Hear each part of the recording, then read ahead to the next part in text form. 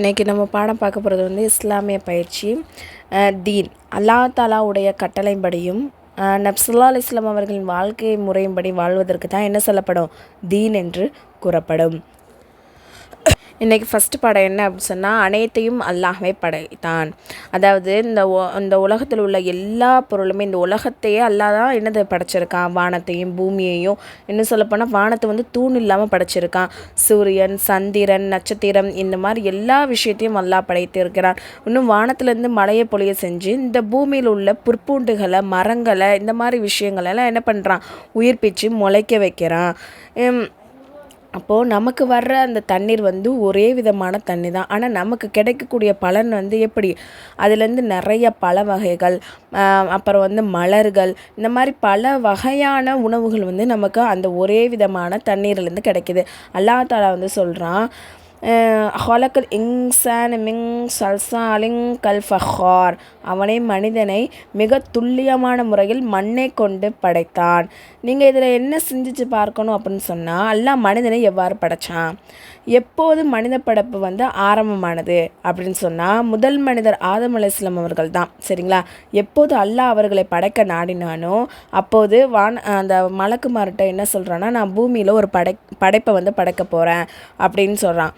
அப்போ வந்து வானவர்கள் சொல்கிறாங்க, நீ வந்து பூமியில் குழப்பங்களை உண்டாக்கக்கூடியவங்களையா படைக்க போகிற?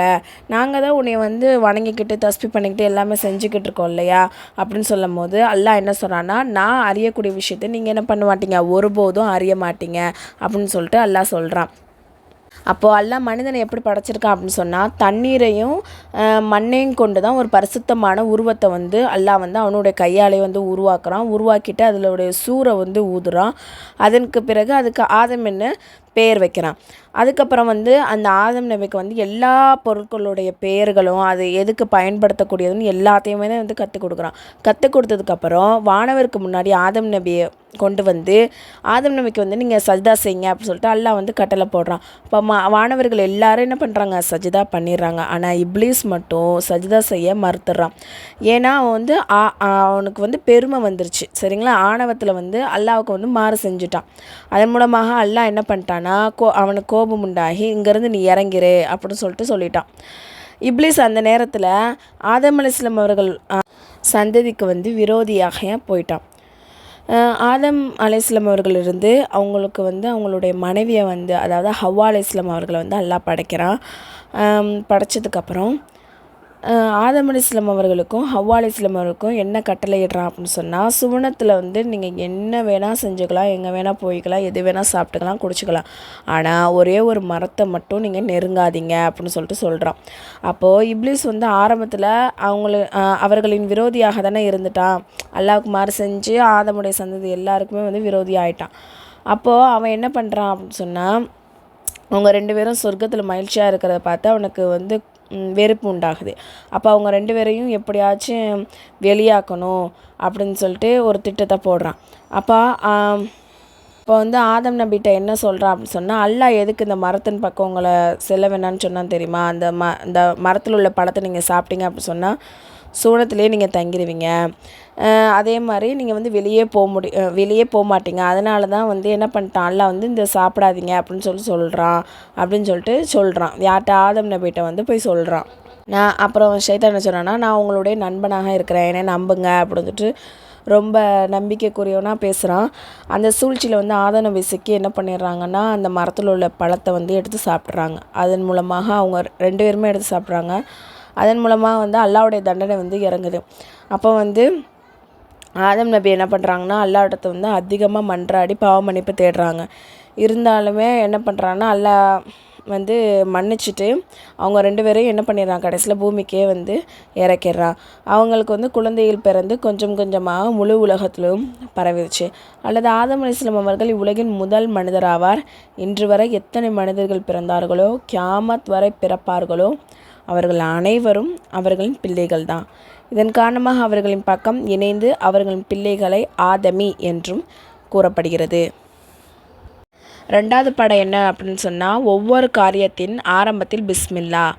அதாவது நம்ம எந்த ஒரு நல்ல காரியம் செஞ்சாலும் அதுக்கு முன்னாடி நம்ம பிஸ்மில்லா சொல்லி தான் ஆரம்பிக்கணும்.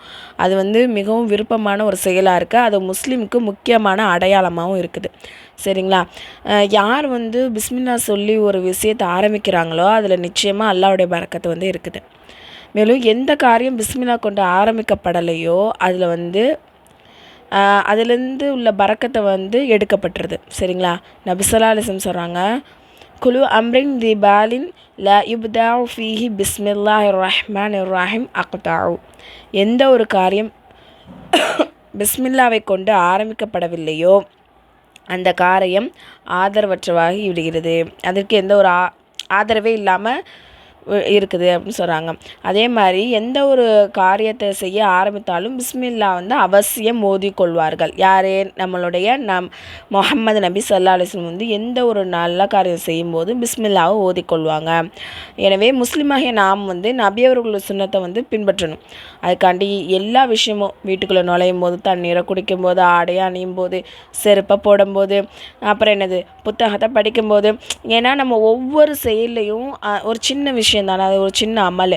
அப்போ அதை செய்யும் போது அதற்குரிய கூலியை வந்து அல்லாஹ் எழுதுறான். ஒரு கடுகளவு நன்மை இருந்தாலும் அதுக்கும் கூலி கொடுக்கப்படும் இல்லையா? அப்போ இது சின்ன விஷயம் தானே, நம்ம அசால்ட்டாக விட்டுறக்கூடாது. எந்த ஒரு செயலை செஞ்சாலும் பிஸ்மில்லா கண்டிப்பாக அதில் வந்து நம்ம இன்ஷா அல்லாஹ் நம்ம சொல்லணும். இது மிக லேசான அமல் தான். சரிங்களா? இதுக்கு எந்த ஒரு சிரமமும் எந்த ஒரு கடினமான உழைப்பும் நேரத்தை ஒதுக்கி தான் இது செய்யணும்லாம் அவசியமே கிடையாது. சாதாரண ஒரு சின்ன வேர்டு தான். ஒவ்வொரு செயல்லையும் நம்ம அதை சொல்ல ஆரம்பிக்கணும். இவ்விதமான காரியங்களின் அல்லாஹ்வின் வந்து என்னது பரக்கத் இறங்குறது. மேலும் நமது செயலோட்டின் நன்மைகள் எழுதப்படுகிறது. பிஸ்மில்லா ஓதுவதின் பரக்கத்தால் வெளிப்படையில் உலக காரியங்களாக தெரியும் எத்தனையோ காரியங்கள் வணக்கமாக ஆகிவிடுகிறது. அது என்னமோ உண்மைதான். இப்போ நம்ம ஸ்கூல் புக்கு படிக்க போகிறோம், அது வந்து உலக விஷயந்தான். அப்போ அதை நம்ம ஓப்பன் பண்ணும்போது பிஸ்மில்லா அப்படின்னு சொல்லி ஓப்பன் பண்ணி படித்தோம்னா அது ஒரு நன்மையான காரியத்தில் நமக்கு எழுதப்பட்டுருது. சமைக்கிறோம், அப்போ பிஸ்மில்லா சொல்கிறது, கூட்டுறோம், இந்த மாதிரி எல்லா விஷயத்துமே ஒவ்வொரு செயல் செய்யும் போதும் நம்ம பிஸ்மில்லா சொல்கிறதுல தப்பே கிடையாது. இன்ஷா அல்லாஹ் இந்த ஒரு சுன்னத்தை வந்து நம்ம இனிமே வந்து நம்மளுடைய வாழ்க்கையில் அமல்படுத்துவோம் இன்ஷா அல்லாஹ். அடுத்த பாடம், மூணாவது பாடம் என்ன அப்படின்னு சொன்னால், நீதி இன்னும் இணக்கம். அதாவது அனைவரிடத்துலேருந்து நம்ம எப்படி தான் இருக்கணும், நீதியாகவும் இணக்கமாகவும் தான் நடந்துக்கொள்ளணும்.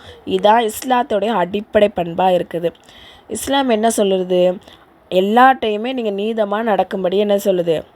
கட்டளையிடுது. மேலும் அனிதமாக நடப்பதை தடை செஞ்சுருக்கு.